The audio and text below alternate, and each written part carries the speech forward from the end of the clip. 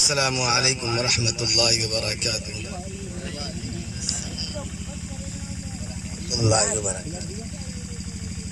الحمد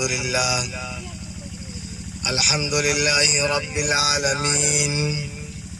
والصلاة والسلام على سید الانبیاء والمرسلین وعلى كل ملائکة المقربین وعلى عباد الله الصالحين وأشهد أن لا إله إلا الله وحده لا شريك له وأشهد أن محمدا عبده ورسوله. أما بعد، قال الله تبارك وتعالى في القرآن المجيد والفرقان الحميد: فأعوذ بالله من الشيطان الرجيم، بسم الله الرحمن الرحيم. اقرأ باسم ربك الذي خلق، خلق الإنسان من علق، اقرأ وربك الأكرم الذي علم بالقلم، علم الإنسان ما لم يعلم. وقال النبي صلى الله عليه وسلم في الحديث المبارك: اطلبوا العلم من المهد إلى اللحد، أو كما قال عليه الصلاة والسلام. معزز سامعین کرام، عزیزان ملت، ہمارے دوستوں اور بزرگوں، ہماری ماؤں بہنوں، آج کی ہماری یہ پربہار محفل جو ہمارے چچا حضرت مولانا عبدالقیوم صاحب دامت برکاتہم کی کاوشوں کا ایک نتیجہ ہے، ان کی محبتوں کا ثمرہ ہے جو انہوں نے ہم سب کو اس جگہ، اس پربہار پر رونق محفل میں لا کے جمع کروایا. بڑے عرصے دراز کے بعد ہمیں اس طریقے سے بیٹھنے کا موقع مل رہا. ہم سب سے پہلے تو اللہ رب العزت کے بہت شکر گزار ہیں.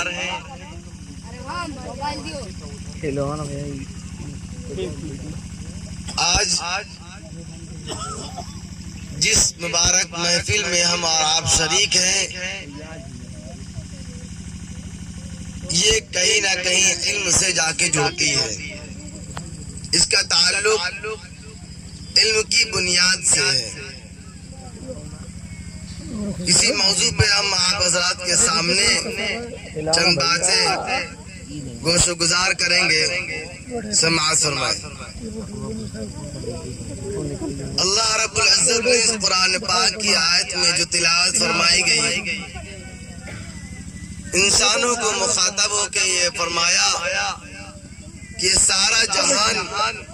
جو تم دیکھ رہے ہو، یہ زمین، یہ آسمان، یہ ستارے، یہ سیارے، یہ چاند، یہ سورج اور یہ سارا جو نظام چل رہا ہے، اور اللہ رب العزت کی قدرت اس میں جگہ جگہ جھلکتی ہے، یہ یوں ہی اللہ نے بیکار اور عبث نہیں بنایا. اللہ رب العزت نے ساری کائنات کو بنایا، اس کے نظام کو اللہ اپنی قدرت سے چلا رہا ہے. تمام مخلوق کو اللہ نے اس دنیا میں پیدا فرمایا، اور ان تمام مخلوقات میں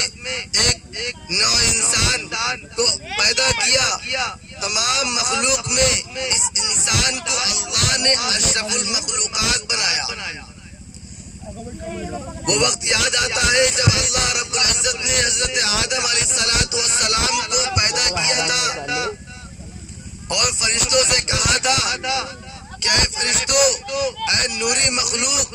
جس کو اللہ نے نور سے پیدا کیا تھا، جو اللہ کی ایک لمحہ نافرمانی نہیں کرتی تھی، جو اللہ کے حکم کے خلاف ورزی نہیں کرتی تھی،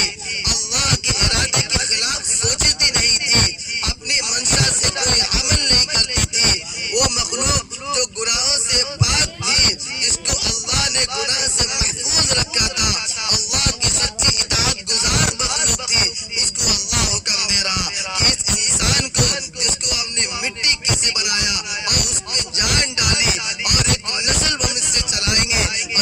قرآن کو سجدہ کرو.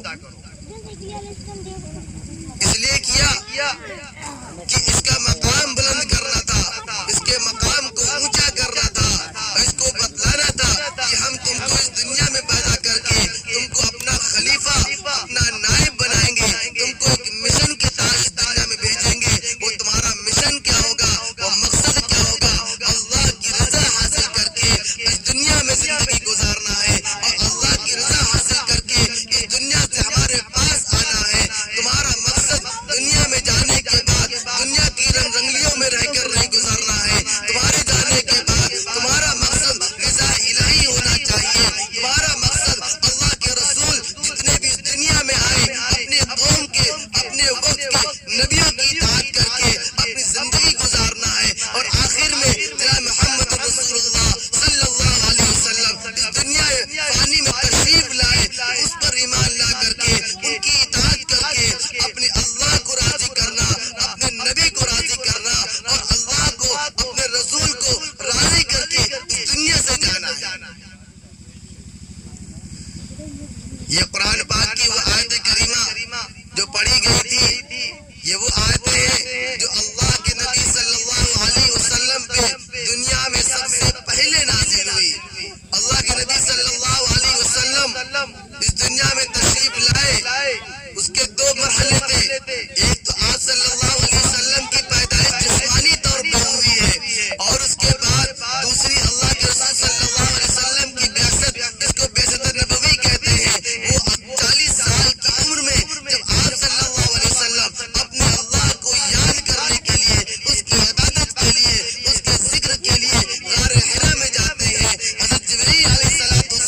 تشریف لاتے ہیں اور کہتے ہیں اقرا اقرا اقرا. اللہ کے رسول صلی اللہ علیہ وسلم فرماتے ہیں انا لا بقاری, میں پڑھا ہوا نہیں ہوں, میں پڑھا ہوا نہیں ہوں, اس لیے مجھے پڑھنا نہیں آتا. اللہ کے نبی صلی اللہ علیہ وسلم آخر پڑھتے ہیں اقرا بسم ربک الذی خلق, کہ اے اللہ کا حکم ہے, جبرائیل فرما رہے اے اللہ کے رسول صلی اللہ علیہ وسلم پڑھیے اس رب کے نام سے جس نے آپ کو پیدا کیا, خلق الانسان من علق, اور جس نے پیدا کی تمام انسانوں کو, تمام مخلوق کو اپنے اس گوشت کے لوتھڑے سے.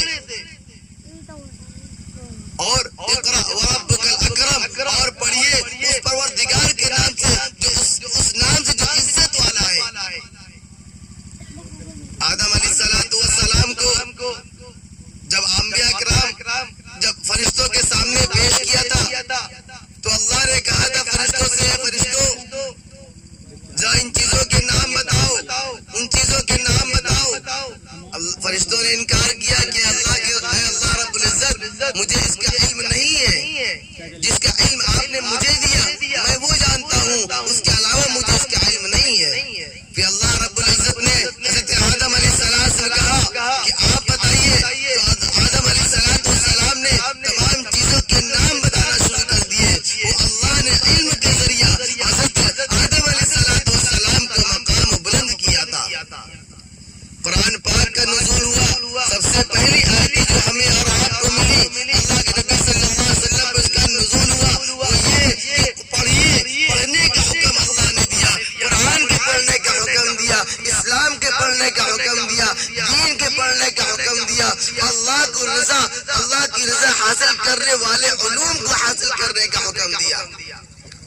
آج ہم اس دنیا میں غور کریں, اپنے ماحول کا جائزہ لیں کہ ہم قرآن کی تعلیمات سے کتنے دور ہوتے جا رہے ہیں, ہم اسلامی تعلیمات سے کتنے دور ہوتے جا رہے ہیں. ہمارا معاشرہ کس راستے پہ جا رہا ہے, کس طرز پہ چل رہا ہے. ہم اپنے گھروں کا جائزہ لیں. قرآن کے پڑھنے کے تعلق سے دو طرح کے لوگ نظر آتے ہیں. سب سے پہلے تو وہ شخص ہیں جو یہ کہتے ہیں کہ قرآن کو بس بغیر سمجھے پڑھ لینا کافی ہے, قرآن کے کالے کالے حروف پڑھ لینا کافی ہے, ہمارا بچہ قرآن پڑھ گیا, ہم قرآن پڑھے ہوئے ہیں, بس اتنا کافی ہے ہماری زندگی کے لیے. پورے سال گزر جاتا ہے, قرآن کو اٹھانے کی نوبت نہیں آتی, پورا سال گزر جاتا ہے, قرآن کو پڑھنے کی توفیق نہیں ملتی. جب رمضان کے مبارک مہینہ آتا ہے تو ہمیں قرآن یاد آتا ہے, ہم قرآن کو اٹھاتے ہیں, گرد اس کے اوپر سے جھاڑتے ہیں, پھر قرآن پڑھتے ہیں. جہاں عید کا چاند نکلا, قرآن کو دستان میں پیک کر کے پھر منہ سجا دیتے ہیں.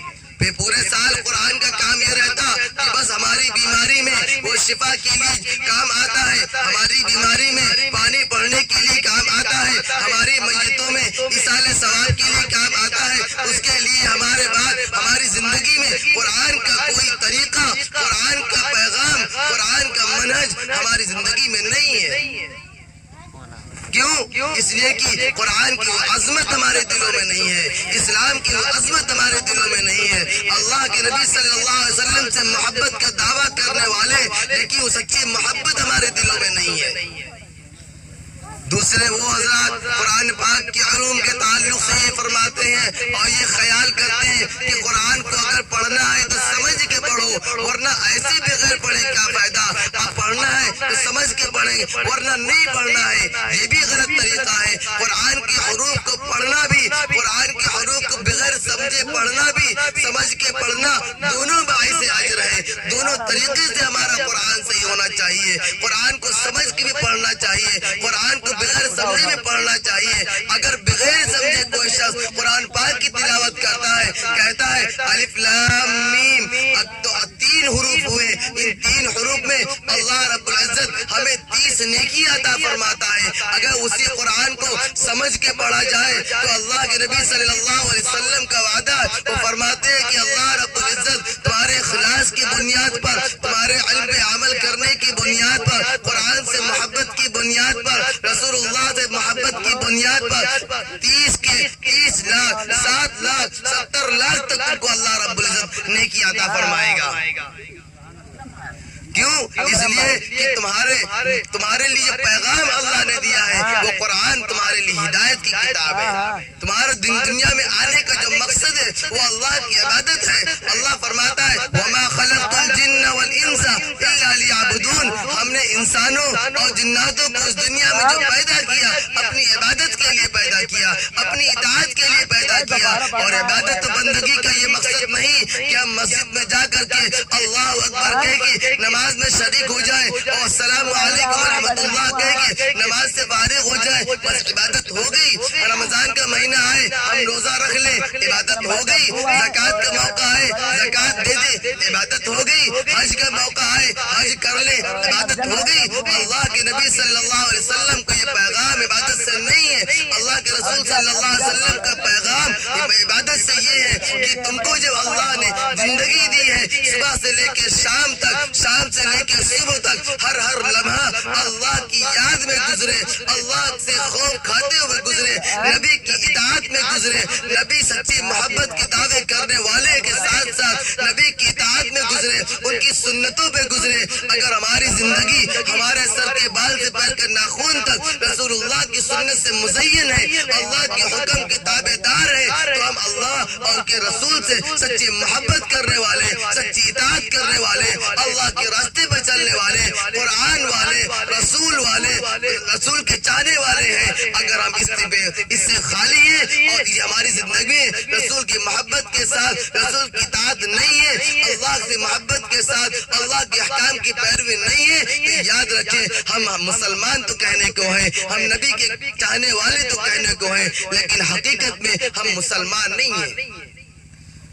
اللہ کے نبی صلی اللہ علیہ وسلم فرماتے ہیں لا یؤمن احدکم حتی اکون احب الیہ من والدہ وولدہ والناس اجمعین، کیا تم میں کامل مومن اس وقت تک نہیں ہو سکتا جب تک کہ تم اپنے باپ، اپنے اولاد، اپنے مال و دولت، ساری دنیا سے زیادہ تم میرے نبی محمد رسول اللہ کی اطاعت نہ کرنے لگو۔ پھر اللہ آگے فرماتا ہے قل ان کنتم تحبون اللہ فاتبعونی یحببکم اللہ وَيَغْفِرْ لَكُمْ ذُنُوبَكُمْ وَاللَّهُ غَفُورٌ رَحِيمٌ۔ اگر تم چاہتے ہو کہ اللہ تم سے محبت کرنے لگے، اللہ تم کو اپنا محبوب بنا لے، تو تمہارے لیے کیا ہے کہ تم میرے نبی محمد رسول اللہ صلی اللہ علیہ وسلم کی اطاعت کرو۔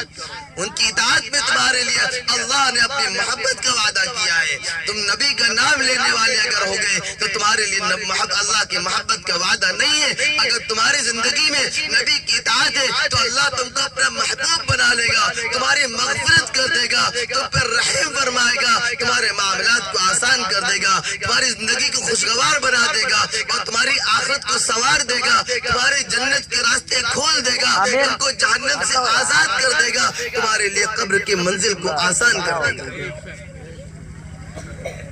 آج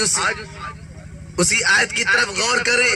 کہ اللہ رب العزت نے ہمیں پڑھنے کا ہی حکم کیوں دیا، اور اللہ نے ہمیں اشرف المخلوقات کیوں بنایا۔ اللہ نے آدم علیہ السلام کو فرشتوں کو حکم کیوں دیا کہ سجدہ کریں، آدم علیہ السلام کو سجدہ کرنے کا حکم کیوں دیا؟ اس کی ایک بنیاد یہ تھی، علم کی بنیاد پر اللہ نے آدم کا مقام بلند کیا، علم کی بنیاد پر انسانوں کو اشرف المخلوقات بنا دیا۔ اگر وہ علم ہمارے اندر نہیں ہے، مفسرین کرام فرماتے ہیں اقرأ بسم ربک الذی خلق،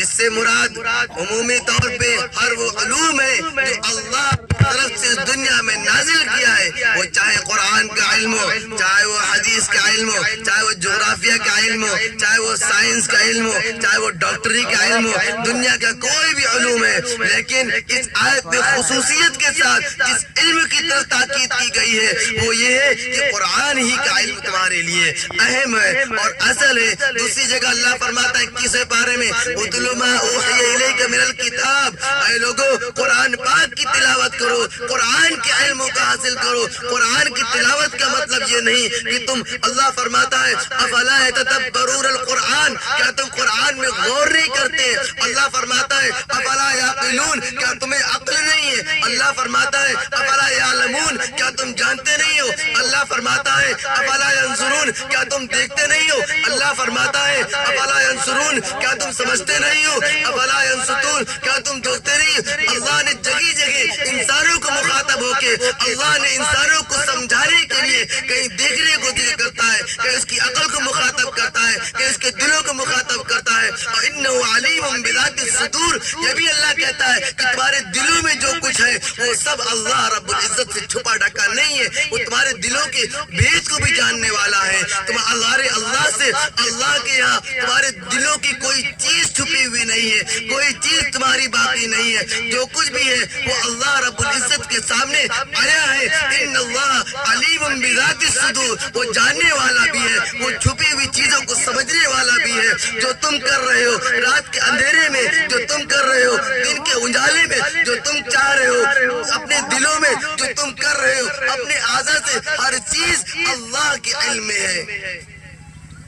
ان اللہ علی کل شیء قدیر، اللہ ہر چیز پر قدرت رکھتا ہے۔ اور اللہ یہ بھی فرماتا ہے فَإِذَا جَاءَ أَجَلُهُمْ لَا يَسْتَأْخِرُونَ سَاعَةً وَلَا يَسْتَقْدِمُونَ، کہ جب تمہارے موت کا وقت آ جائے گا وہ اپنے وقت کے متعینہ وقت پر تم کو لے کے چلی جائے گی، نہ ایک سیکنڈ آگے ہوگی نہ ایک سیکنڈ پیچھے ہوگی۔ اپنا وقت جو اس کا متعین ہے، جو اللہ نے حکم دے دیا تمہاری مدت عمر اتنی ہوگی، اسی جگہ پر، اسی طریقے سے، اسی نیج پر، اسی سیکنڈ پر اللہ کے ہاں تمہارا بلوا آ جائے گا۔ اس وقت کفے دست اگر ملتا رہے انسان اور یہ کہتا رہے کاش کی توبہ کے موقع مل جائے، اور کہا جائے کاش کہ ہمیں زندگی میں اور کچھ وقت مل جائے، عبادت کا موقع مل جائے، تو یہ یاد رکھیے اس وقت اللہ کے ہاں تمہارے لیے کوئی چھٹکارا نہیں، کوئی موقع نہیں دیا جائے گا۔ اس وقت صرف تمہارے لیے یہ ہوگا بس اللہ کی طرف تم چلے آؤ۔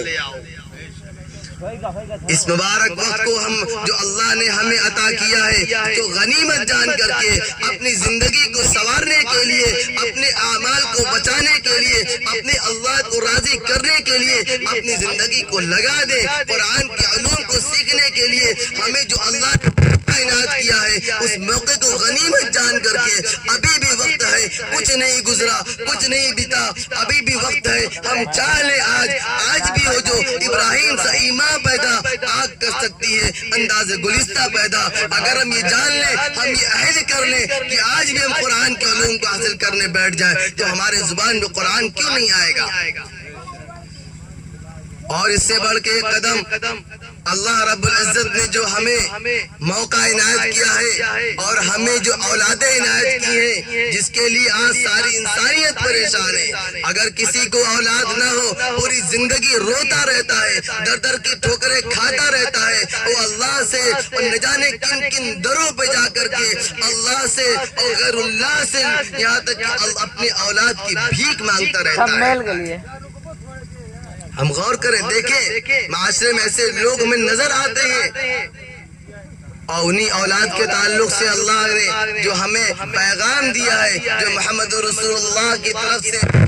کام ملے ہیں، وہ یہ ہے کہ اپنی اولادوں کو اللہ کی نعمت سمجھیے، اپنی اولادوں کو اللہ کی عطا کردہ عظیم نعمت جانیے، اور یہ نعمت یہی نہیں کہ تم ان کی پرورش کر لو، ان کی تربیت کر لو، ان کو بڑا کر دو، ان کو اچھا کھلا دو، اچھا پلا دو، اچھی جگہ رہنے کو دے دو، اس کے ساتھ ساتھ تمہارے لیے یہ پیغام بھی ہے کہ تم ان کو اعلیٰ تعلیم دو، قرآن کی تعلیم دو، احادیث کی تعلیم دو، رسول اللہ کی تعلیم دو، ان کو یہ باور کرا دو، ان کو مکتب میں بٹھا کے یہ بچپن سے سکھا دو کہ محمد رسول اللہ آخری نبی ہے، محمد رسول اللہ کی اطاعت تم پر لازم ہے، دنیا میں آنے کا مقصد رضا الہی ہے، تمہاری دنیا یہاں ہمیشہ کی نہیں ہے، تمہاری رضا اللہ کے ہاں آخرت کی رضا ہے، اگر تم اس طرح سے زندگی گزارو گے تو کامیابی تمہاری ہے۔ اگر ہم اپنے اولادوں کو، اپنے بچوں اور بچیوں کو قرآن کی تعلیم دیں گے، احادیث کی تعلیم دیں گے، ہماری بچیاں ہوں یا جوان بیٹیاں ہوں، ان کی بھی تعلیم کا نظم کریں، یہاں تک کہ اپنی ماں کا بھی ہم تعلیم کا نظم کریں، ایسے راستے کھولیں، ایسے مکاتب تیار کریں، ایسے انتظامات ہم کریں کہ ان کو قرآن کی تعلیم دی جائے، احادیث کی تعلیم دی جائے، نبی کے طریقے بتائے جائیں، ہمارے گھروں میں دین کا بول بالا ہو جائے۔ صحابہ نے بچپن سے علم نہیں سیکھا تھا، کوئی 40 سال میں مسلمان ہو رہا تھا، کوئی 80 سال میں مسلمان ہو رہا تھا، کوئی 20 سال کی عمر مسلمان ہو رہا تھا، چاہے وہ مستورات و خواتین ہوں، چاہے وہ مرد حضرات ہوں، صحابہ نے اس دور میں بڑی بڑی عمروں میں آ کر کے اسلام قبول کیا، اور اللہ کے نبی صلی اللہ علیہ وسلم پر اپنا جان، اپنا مال، اپنا وقت سب کچھ صرف کر دیا، اپنی جان کی قربانی دے دی، اور سب کچھ اللہ کی رضا کے لیے جھونک دیا، تو اللہ نے سرخرو کر دیا، سر بلند کر دیا،